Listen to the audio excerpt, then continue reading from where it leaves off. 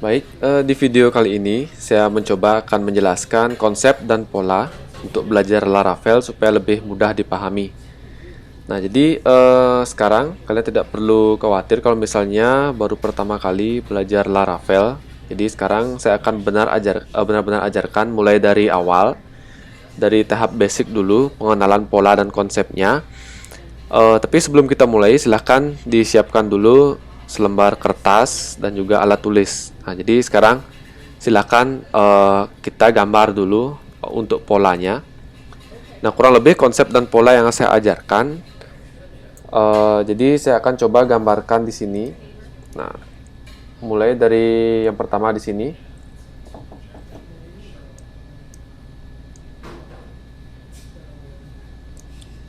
Oke, jadi kita anggap di sini ada sebuah monitor. Nah, kemudian di sini saya akan gambarkan 3 buah kotak. Ini kotak yang pertama. Kemudian ini kotak yang kedua. Dan ini kotak yang ketiga. Nah, kemudian di sebelah kanan di sini saya gambarkan seperti simbol tabung seperti ini. Oke. Nah, jadi silakan kalian gambarkan konsepnya seperti ini. Nah, sekarang saya berikan nama pada masing-masing simbol. Misalnya pertama di sini adalah komputer.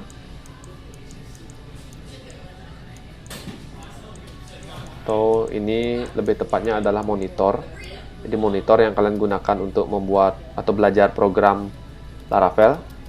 Kemudian yang di sini ini kita sebut sebagai routing.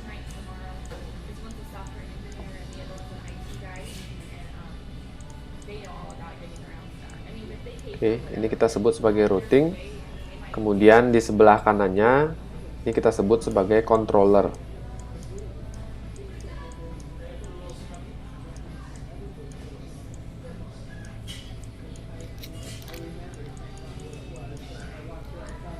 Oke, kemudian di bagian bawah di sini, ini kita sebut sebagai view.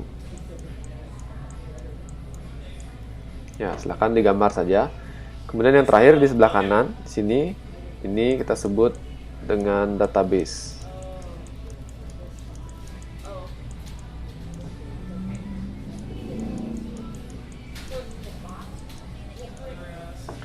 Nah, jadi seperti itu pola awal atau beberapa komponen yang harus kita pahami dulu di awal. Ya, untuk posisinya dari kiri ke kanan, kemudian dari atas ke bawah, diusahakan disamakan saja seperti ini. Oke, sudah. Nah, kalau sudah, sekarang kita lanjut ke pengenalan konsepnya. Nah, untuk pengenalan konsep, mungkin sekaligus saya akan menjelaskan.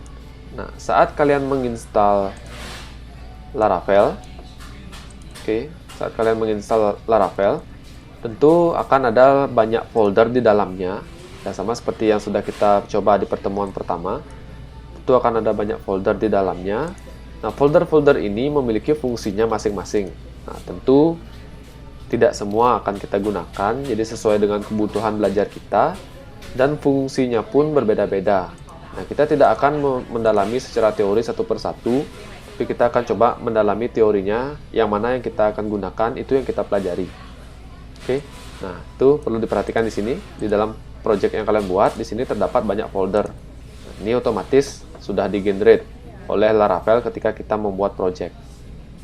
Nah, sudah, silakan dibuka. Bagi yang menggunakan Windows, silakan dibuka di directory C, kemudian masuk ke exam, kemudian masuk ke htdocs, kemudian silakan buka folder project kalian.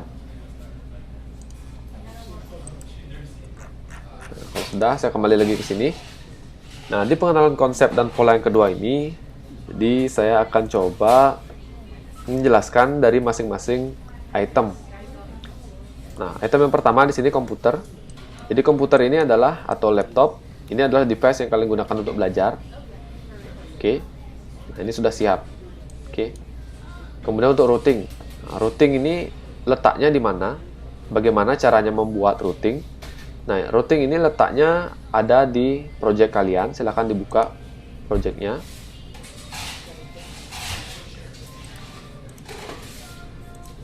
Nah, ini di folder, kebetulan project saya bernama akademik. Setelah kalian buka, kemudian di sana ada folder yang bernama roads. Oke, ada folder yang bernama roads. Kemudian silakan kalian cari di sini sebuah file yang bernama web.php. Nah, inilah dia tempat kita membuat routingnya nanti. Oke, saya ulang. Jadi letaknya ada di folder roads, kemudian masuk ke file yang bernama web.php. Nah, itu sekarang saya tulis di sini untuk routing. Itu letaknya di folder roads, jadi ini lokasinya di folder roads, ya huruf kecil semua. Nah, kemudian slash, kita masuk ke sebuah file yang bernama web.php.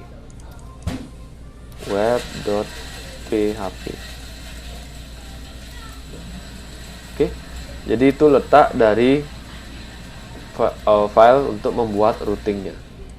Semoga bisa dibaca, web.php. Nah, silakan kalian tulis juga untuk namanya seperti itu. Nah, kemudian setelah kalian mengetahui ini adalah letak dari file untuk mengkonfigurasi routing nantinya, nah sekarang kita ke controller.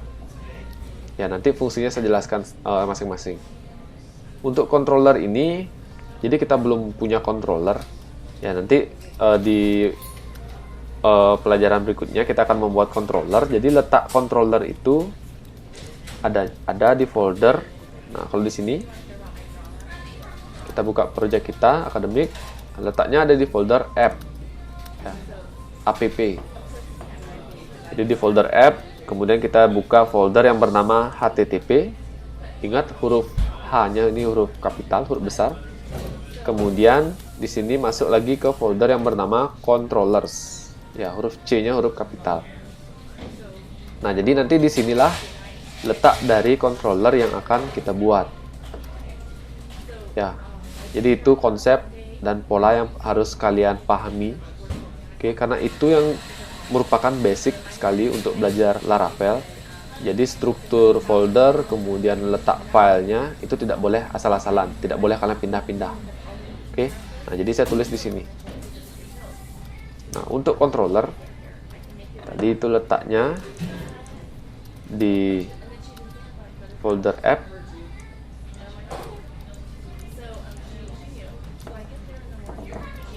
Kemudian masuk ke folder http. Ingat H-nya huruf besar. http, kemudian garis miring, masuk lagi ke folder controllers. Ingat C-nya huruf besar.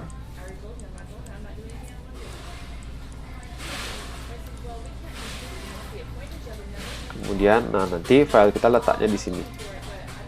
Oke, nah itu letak dari controller. Kemudian untuk yang ketiga atau yang keempat di sini, yaitu view. Jadi view ini juga memiliki folder khusus untuk peletakannya. Jadi view ini akan disimpan atau kita kelola nanti kembali ke folder projectnya akademik. Nah, jadi view itu letaknya di folder yang bernama resource. Oke, silahkan dicari foldernya. Nah, kalau sudah ketemu resource seperti ini, huruf kecil semua. Kemudian masuk ke folder views, huruf kecil semua. Nah, di sini letaknya. Jadi dari resource masuk ke folder views, kemudian baru kita akan buat view-nya di sini.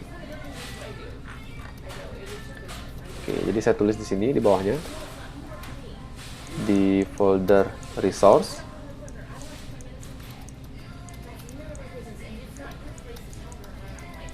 Huruf kecil semua, kemudian masuk ke folder yang bernama views.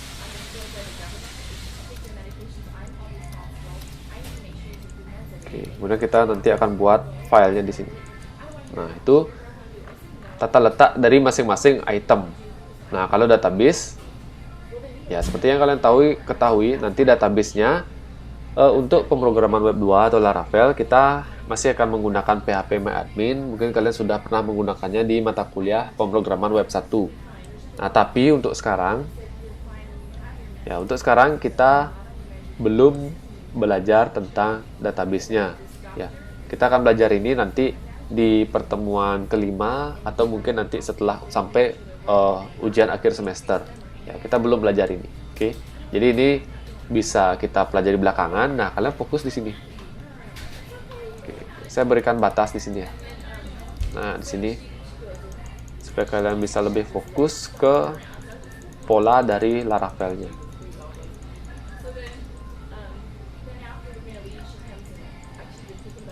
Nah, oke, jadi hanya ini mungkin yang pola dasar atau struktur yang perlu kalian pahami. Kalau routing berarti letaknya di sini. Kalau controller letaknya di folder ini. Sedangkan kalau view letaknya di sini. Oke. Nah, sekarang saya jelaskan masing-masing fungsi dari ketiga elemen ini. Ya, jadi ada fungsi routing itu seperti apa, kemudian controller itu seperti apa, dan view itu seperti apa. Oke. Nah, mulai dari routing yang pertama. Nah, jadi routing ini adalah penamaan dari URL atau halaman yang akan kita buat. Oke. Saya ulangi lagi. Jadi kalau routing ini adalah konsep penamaan untuk URL dari beberapa halaman yang akan kita buat. Nah, contohnya seperti apa? Nah, contohnya langsung di sini. Nah, misal kita ingin membuat halaman yang bernama halaman mahasiswa misalnya. Oke, saya langsung tulis di sini.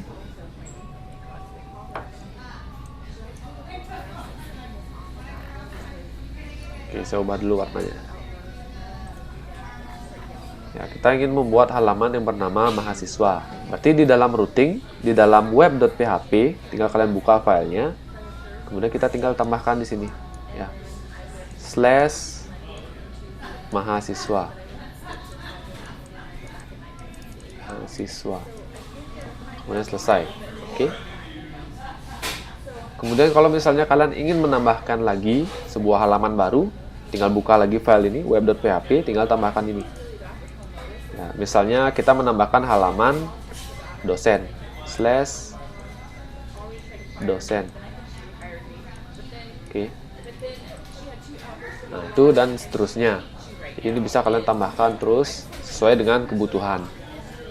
Nah, kalau di Laravel kita tinggal menentukan alamatnya seperti ini. Jadi syaratnya tidak boleh sama. Kalau misalnya di sini kalian membuat /mahasiswa, di bawahnya kalian tidak boleh membuat /mahasiswa lagi. Karena itu namanya hanya bisa digunakan satu kali. Oke. Nah, kemudian setelah kalian membuat routing seperti ini, kira-kira fungsi dari routing ini untuk apa? Jadi apakah akan memiliki rumus atau langsung ditampilkan ke dalam komputer? Langsung ditampilkan ke sini, boleh. Kalau misalnya ada rumus, misalnya mahasiswa memiliki IP dari semester 1, semester 2, semester 3, dan seterusnya. Kalian mau hitung berapa sih IPK-nya, IP rata-ratanya, kalian bisa menggunakan rumus yang nanti berarti harus dihubungkan ke controller dulu. Oke. Kemudian dari controller, nanti apakah akan memiliki sebuah template? Apakah webnya memiliki desain? Nah, kalau memiliki desain, berarti kalian harus ke sini, arahkan ke view-nya dulu. Baru bisa tampil di layar. Baru bisa tampil di layar komputer kalian. Oke, jadi itu sesuai dengan kebutuhan masing-masing. Jadi misalnya dari routing, kalau tidak ada proses yang diperlukan, boleh kalian langsung tampilkan ke layar, ke komputer. Oke, berarti ini tidak perlu. Ini tidak perlu. Ini tidak perlu. Itu boleh. Kalau misalnya kalian membutuhkan sebuah rumus atau perhitungan, berarti dari routing kalian arahkan dia ke controller, berarti bukan di sini, ke controller seperti ini. Kalian arahkan dia ke controller. Kemudian di controller setelah kalian buat di sini misalnya namanya adalah mahasiswa controller. Ya. Mahasiswa controller, di C-nya huruf besar. Jadi penamaan controller bebas tanpa spasi, jadi disambung semua. Controller. Nah, jadi dari routing mahasiswa diarahkan ke mahasiswa controller. Nah, setelah dia diarahkan di sini, apakah dia memerlukan sebuah desain atau template sebuah website apa tidak. Kalau misalnya tidak, berarti kalian bisa langsung menampilkan dari ini, langsung ditampilkan ke dalam layar komputernya, itu bisa. Nah, tapi kalau misalnya membutuhkan sebuah desain web atau tampilan template, ini kalian berarti arahkan dia ke view, ke sini. Oke. Baru dari view nanti kita masukkan script HTML-nya, CSS-nya, apakah ada gambarnya, misalnya mahasiswa, ada foto mahasiswanya, bisa ditambah di sini, di view. Nah, kalau di controller itu tidak bisa ya. Jadi kalau misal ada gambar, CSS, warnanya mau diubah, itu berarti di template website kalian memerlukan view. Nah, jadi seperti itu prosesnya. Nah, tentu nanti kalau diarahkan di view, berarti kalian buat di sini filenya. Ya, kalian buat template-nya. Berarti kalau mahasiswa, itu letaknya di mana? Oke, saya kembalikan dulu biar tidak terlalu banyak coretan. Oke, nah sudah. Kalau misalnya kita arahkan dia ke dalam sebuah view, misalnya di sini mahasiswa controller, kemudian kita arahkan dia ke dalam sebuah view. Nah, berarti di view ini kita harus membuat sebuah file. Nah, filenya ini nanti ada banyak, mungkin ada halaman mahasiswa, berarti view-nya lain. Misalnya halaman mahasiswa, nama filenya di sini adalah mahasiswa. Ya. Nah, untuk view itu ekstensinya sedikit berbeda, extension filenya atau formatnya. Jadi namanya adalah seperti ini, mahasiswa, formatnya adalah .blade, ya, blade, blade .php. Kenapa seperti ini? Nanti akan ada di pertemuan berikutnya, ya, untuk membahas view lebih mendalam lagi. Nama filenya misalnya seperti ini, mahasiswa.blade.php. Jadi letaknya di mana? Di sini letaknya. Folder resource, kemudian folder views. Nah, jadi khusus untuk view, kita bisa membuat folder di sini. Ya, siapa tahu kita punya banyak template nanti supaya tidak tercampur dengan yang lainnya. Kita bisa buatkan dia folder di sini. Ya, misalnya foldernya adalah misal view academic. Ya, nama foldernya bebas asal tidak menggunakan spasi. Ya, jadi di dalam folder view academic ini letaknya di sini resource, kemudian di dalam folder views, kemudian masuk lagi ke dalam folder view academic, kita simpan di sini. Ya, kita simpan mahasiswa.blade.php-nya di sini di dalam folder view academic. Oke. Nah, baru setelah itu dari view yang kita buat ini ditampilkan di sini ke layar komputer kalian. Nanti akan terlihat nah foto mahasiswanya, kemudian warna webnya seperti apa, logo webnya seperti apa, dan sebagainya. Itu bisa disesuaikan nanti. Oke. Nah, jadi konsep awalnya seperti ini. Oke. Saya tidak jelas di konsepnya. Tinggal kalian gambarkan seperti ini. Jadi setiap pertemuan, nah usahakan kalian punya template yang kosong seperti ini. Ketika kita mulai belajar, baru kalian coret-coret seperti ini. Nah, besoknya belajar lagi, buat lagi yang kosong, coret-coret lagi seperti ini. Nah, jadi ini akan kita gunakan konsepnya sampai dengan UAS nanti. Oke, ya semoga gampang dipahami konsepnya. Ketika kalian sudah menguasai konsep ini, setidaknya kalian sudah nanti bisa membuat website sederhana menggunakan Laravel. Oke. Nah, jadi untuk materi selanjutnya saya lanjut di video berikutnya. Terima kasih.